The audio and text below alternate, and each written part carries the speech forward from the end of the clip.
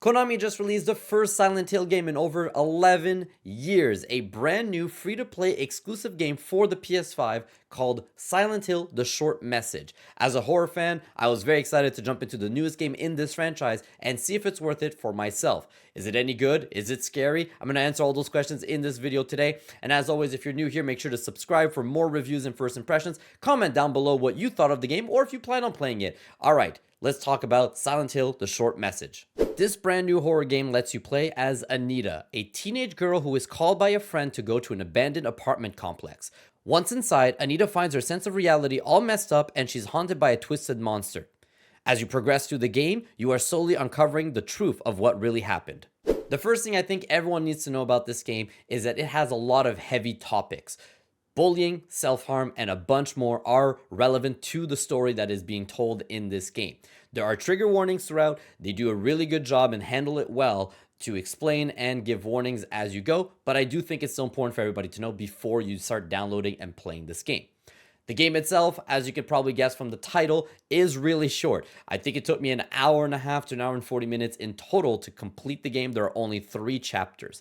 The game itself tells a okay story. I felt like it was very simple, straight to the point, and it being very short meant that you do have to go through it a lot. There are lore books that you can read throughout to add to it, but I don't think you need to. The story is very, very linear, and there aren't a lot of surprises or a lot of things that they leave for you to guess. They really tell you exactly what it is as you go through it. I'm not the biggest fan of those kind of stories. I like that there's sometimes a bit of nuance or you have to guess a little bit, but this just straight up tells you every single thing that happens. The gameplay itself is very much a walking simulator. You are just going to go from one zone to another, interact with one thing, and it tells you the story, and then you go to the next room, interact, and so on and so forth. There's no shooting, there's no action. You get to run a couple of times, and the whole game has in total 2 puzzles, and that's it.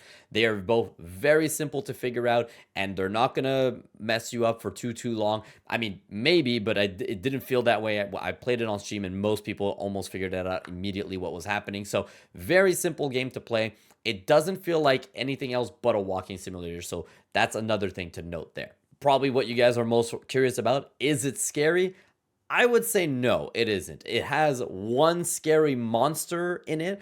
There's no real jump scares. The story is dark, and it is telling a very serious story, and it is a little weird. There's some looping stuff, but nothing will scare you, I feel like. There's no jump scares. The monster is pretty well detailed, but nothing that's gonna stay in your mind forever after anything like that. You do have to run away from the monster a couple times, but it is very easy. At some points, I was able to just pause, let the monster come close to me, and I was like juking it, and like it was not anything too scary, and it wasn't difficult to like run around him or anything like that. So not that scary. The graphics are a mix of live action cutscenes and the actual in-game character design. I will say I thought the world was absolutely beautiful. Everywhere you walk, there are so much detail all over the place. The graffiti looks really nice, the apartment complex really great, but the character model themselves I wasn't a big fan of. They didn't look that great, and then the live action were fine. There's just mixed into it. I don't know if it was on purpose or not, but the voiceover does not match the lip sync. I was saying it was on purpose, but everyone in my chat while I was playing, make sure to come join us on Twitch when we play these games, they were all saying that it must be a glitch or there's something because it was annoying them. I thought it was fine, but it is important to mention that it doesn't match. I also pretty sure that the live action was all in Japanese, and obviously I was playing it in English, so there's always going to be a lip mismatch there as well. A lot of people are probably now asking, is it worth it? So to answer that question, it's free. It's a short game. I think that already those 2 things would make it that you might as well give it a shot. But personally, I don't think you're missing out by skipping this. I don't think this is going to be a game that's going to be on everyone's radar at the end of the year as like top 10 or game of the year or horror or anything like that. It's going to be forgotten.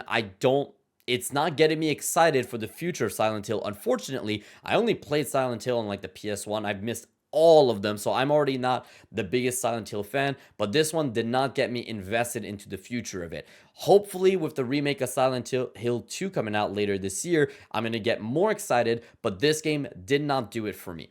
It is free, it is less than 2 hours, so if you want to play it for yourself and find out go ahead, but I don't think you should go out of your way to do it. I think that right now, with the amount of other games that are out there, this is easily a pass. But again, it's free and it's short. Might as well. That's the end of the review. Hope you guys liked it. Make sure to comment what you thought of the game. Give this video a thumbs up. Subscribe, all the fun stuff. Have a good rest of your day. Take care. Bye-bye.